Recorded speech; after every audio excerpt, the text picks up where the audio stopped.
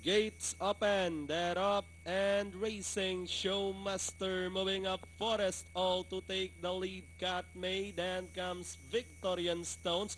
Prying Eyes is sneaking in down on the inside. Is Europa. Wonder Pa, Paragood's order in between runners and running second last is Don Ezekiel trailing the group. Abon's Treasure as they round a 3/4 mile distance. Forest all in command by about 4 lengths. Showmaster moving up. Paragood's order to take second, running in fourth at this moment. Europa.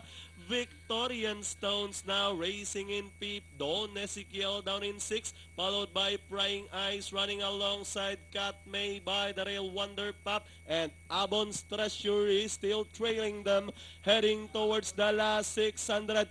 Forest all maintaining a 2 lengths lead, running in second now by the rail. Showmaster moving up on the outside. Victorian Stones, Europa now catching the third spot as they turn towards the last 450.